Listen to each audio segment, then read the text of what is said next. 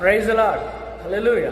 క్రీస్తునందు మాకు అత్యంత ప్రియమైన దేవుని సంగమా, దేవుని బిడలారా, మన ప్రభు అయిన యేసుక్రీస్తు నామంలో మీ అందరికీ శుభాలు ప్రకటిస్తూ హృదయపూర్వకంగా వందనములు తెలియజేస్తున్నా. ఈరోజు నేను మీతో మాట్లాడే టాపిక్ ఏమనగా, నిత్య జీవం పొందని వారు ఎవరు?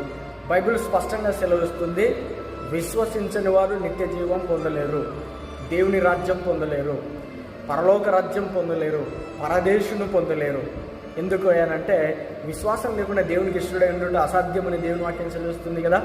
కాబట్టి నిత్య జీవం పొందాలన్నా, పరలోక రాజ్యం పొందాలన్నా ఖచ్చితంగా దేవుని పట్ల విశ్వాసం ఉండాలి, దేవుని ఎడల నమ్మకం ఉండాలి. నమ్మకం ఉంటేనే తప్ప దేవుని రాజ్యం మరియు నిత్య జీవం పొందుకోలేవు.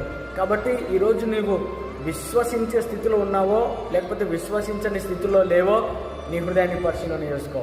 విశ్వాసం ద్వారానే నువ్వు నిత్య జీవాన్ని పొందుకోగలవు.